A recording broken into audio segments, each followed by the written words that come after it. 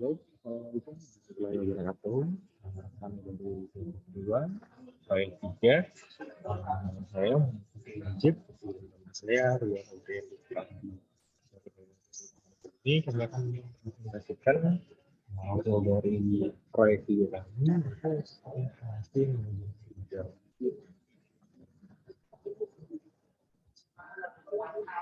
Yang pertama, ada ruang.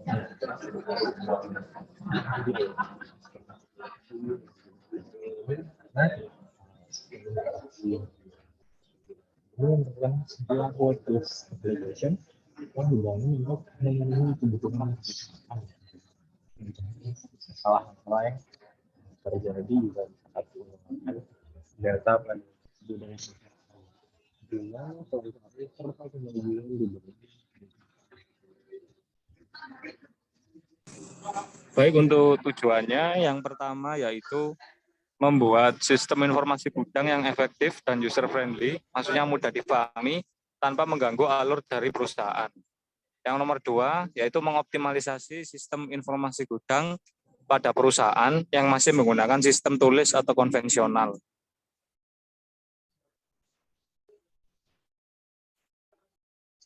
Selanjutnya, kita prepare mengambil di sistem ini lagi sistem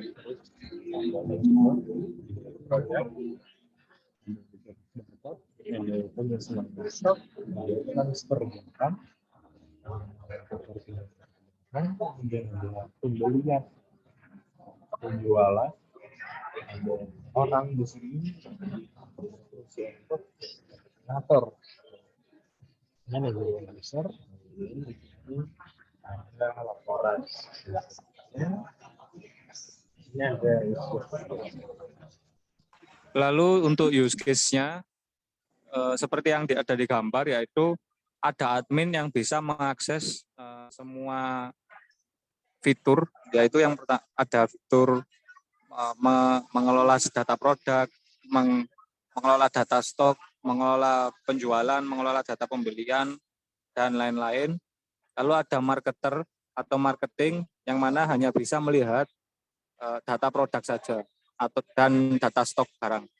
Lalu yang ada purchasing juga, yang mana di purchasing ini dapat mengelola data pembelian dan mengelola data retur pembelian. Lalu ada staf gudang. Staf gudang ini mempunyai hak atau fitur yang mana bisa mengelola stok produk dan melihat data produk. Yang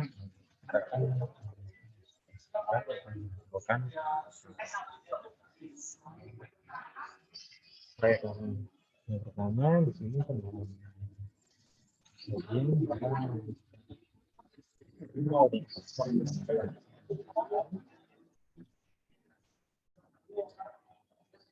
setelah masuk, di sini kita akan disajikan board yang akan membuat informasi yang berada di dalam sistem berdasarkan data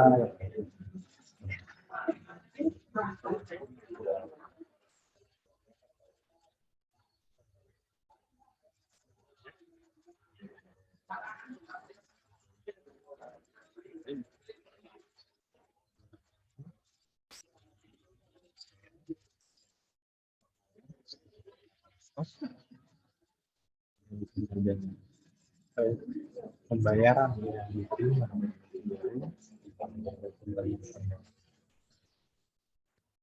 selanjutnya kita bisa membuat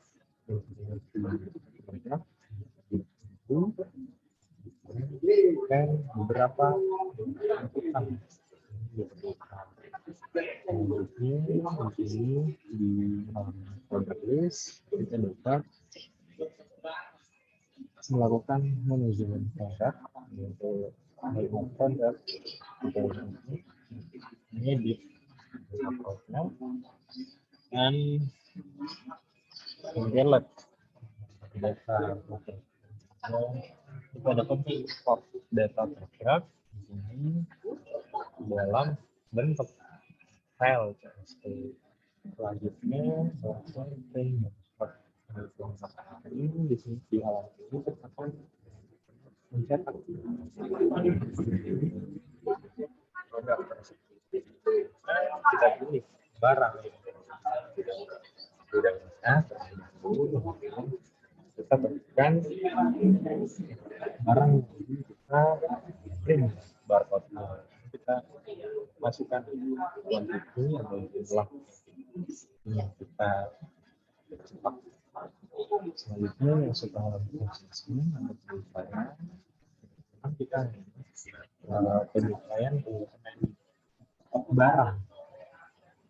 Karena kita itu barang berada di bilangan, lalu kita barangnya,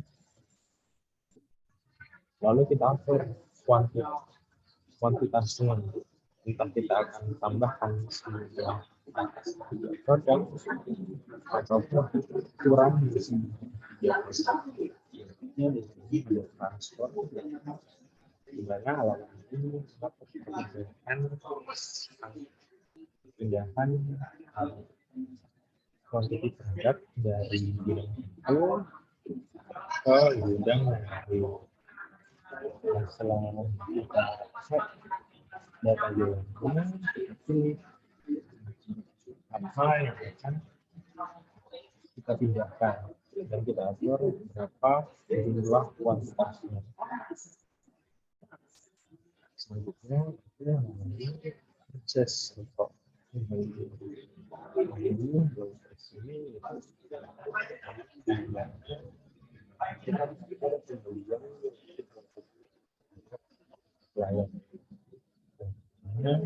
kita memilih dari supplier mana, tentunya kita satu terlebih dahulu. Dan selanjutnya kita pilih di gudang mana produk akan kita tambahkan dan kita pilih produk apa yang produk apa yang kita beli yang sebelumnya sudah kita daftarkan di dalam halaman list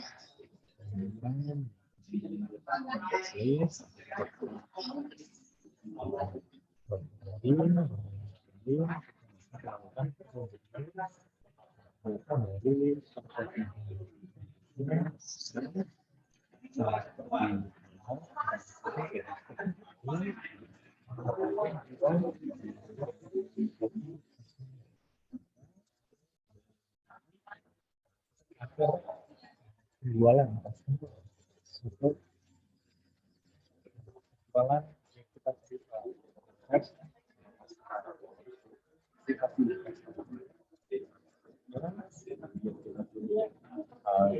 barang dari barang dari ambil ada itu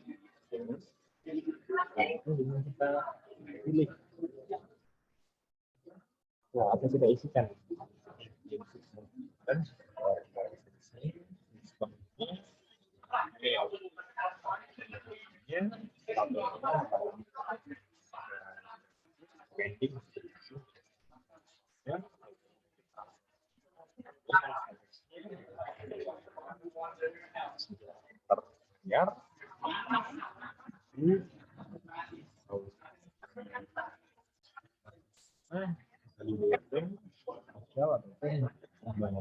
pasti ditunggu. Kemudian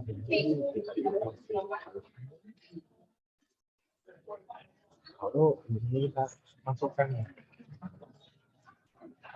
pembayaran setelah membayar sejumlah berapa.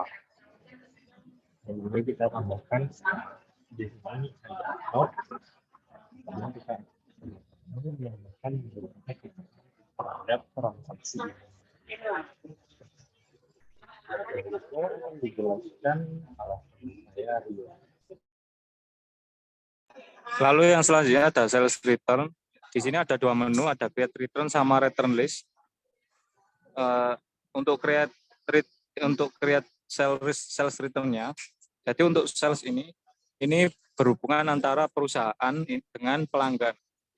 Ketika ada orang yang mengembalikan barang, maka akan ditampung di sini.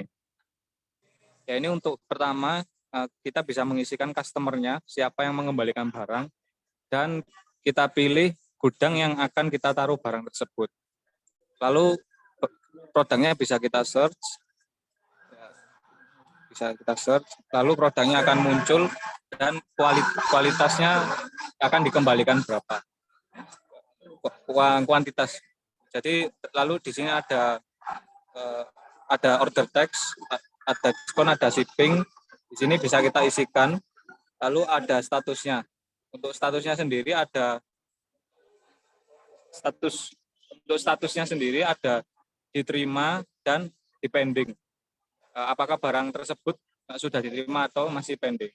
Dan di sini ada catatan kenapa barang ini rusak dan lain. Lalu untuk listnya tampilannya seperti ini.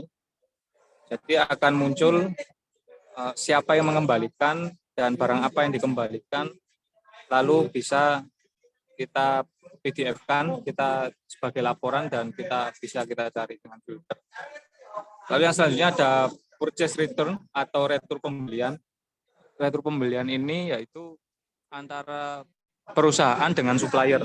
Jadi ketika supplier mengirimkan barang ke perusahaan, apakah barang itu rusak atau kurang kuantitasnya, itu bisa dilihat dari retur pembelian. Yang pertama yang kita isikan yaitu, kalau mau membuat retur pembelian yang kita isikan yaitu suppliernya, lalu kita pilih barang yang barangnya di mana, lalu produk apa yang dipilih, lalu berapa barang yang dikembalikan, dan ada yang beberapa yang bisa diisi atau tidak diisi, yaitu ada order text, diskon, dan shipping, lalu ada statusnya juga. Statusnya itu yaitu ada yang komplit dan pending. Yang mana komplit itu barangnya sukses untuk dikembalikan, dan pending barangnya masih belum dikembalikan. Dan di situ ada note juga untuk mengisi status barangnya atau kenapa barangnya. Dan untuk listnya hampir sama seperti purchase return, ya, purchase return. Jadi ada barang apa dan suppliernya siapa dan totalnya berapa dan statusnya apa. Terus ada people, yang people ini ada 3 menu, ada 3 fitur, yaitu ada customer management. Ya, ini kita bisa memasukkan data customer kita dengan cara create atau bisa kita import dengan file CSV. Dan bisa juga dicetak laporannya berbentuk PDF dan Excel. Nah, untuk datanya sendiri ada nama, nomor HP, email, negara, dan kota. Dan untuk detail dan untuk actionnya ada detail customer, ada edit, dan ada delete juga. Lalu ada supplier list. Nah, supplier list ini data dari supplier, hampir seperti customer. Jadi isinya juga nama dari perusahaan atau nama dari supplier. Lalu bisa edit juga, bisa lihat detail, dan bisa import ketika dengan file CSV. Untuk yang selanjutnya ada user list. User list ini yaitu aplikasi atau user yang menggunakan aplikasi ini, siapa saja. Jadi di sini coba kita create user.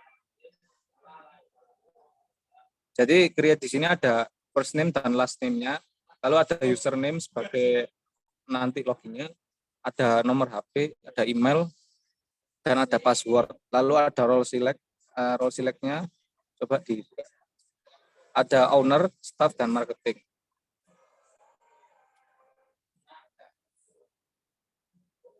Lalu yang selanjutnya ada statusnya juga. Status ini maksudnya user ini mempunyai hak akses lagi atau tidak.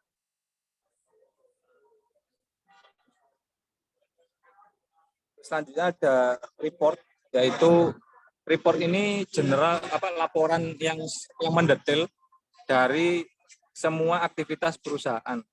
Contohnya di sini ada payment, pembayaran dari pembelian, penjualan, dan pembelian dan retro penjualan. Lalu ada report tentang laba dan rugi, ada report tentang, nah ini contohnya report laba dan rugi. Jadi caranya kita cek tanggalnya, atau kita tentukan tanggalnya bulanan, mingguan, atau tahunan, nanti akan keluar hasilnya. Lalu yang selanjutnya ada produk quantity alert. Jadi produk quantity alert ini, setiap barang itu kan memiliki alert ketika barang itu mendekati quantity yang menipis. Nah, ketika quantity itu menipis, nah, yang sudah ditentukan, maka alertnya akan keluar di sini. Dan semua laporan dari semua gudang juga ada di sini. Dan kita bisa memilih gudang mana yang memiliki stok barang yang sudah mendekati alert. Seperti itu. Lalu yang selanjutnya ada warehouse report. Jadi warehouse report ini adalah laporan dari aktivitas seluruh gudang. Jadi di gudang yang selama kita kelola ini ada 11 penjualan, ada 20 pembelian, dan ada 1 dari purchase return, dan ada 3 dari sales return. Ini dari semua gudang dan bisa dilihat dari report gudang 1 dan 2-nya, bisa dipilih atau bisa dilihat secara mendetail. Dan yang selanjutnya ada sales report, yaitu report dari penjualan atau laporan dari penjualan, yang mana penjualan apa saja yang sudah dilakukan. Dan kalau di report ini seperti history, jadi tidak akan bisa dihapus.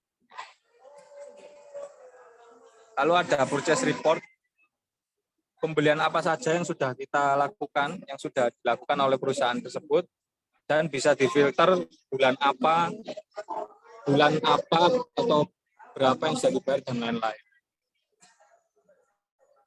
Nah, jadi bisa difilter melalui sesuai tanggal, sesuai nomor referensi, atau dicari sesuai supplier, status, dan payment statusnya. Bisa dicari. Dan yang selanjutnya ada customer report. Ya, customer report ini merupakan data dari pelanggan dan pembelian pelanggan apa saja. Jadi pelanggan ini sudah membeli berapa barang, dan sudah membayar berapa, dan kurang berapa, dan kembalian berapa. Dan juga bisa dilihat dari quotation-nya, sales return sama sales payment. Yang ketiga ada supply report. Ini sama seperti customer, cuma ini data dari supplier. Jadi dari supply report ini kita bisa melihat barang apa yang kita beli, dan berapa biaya yang kita keluarkan, atau berapa biaya yang kita keluarkan, dan berapa total yang masih belum terbayar.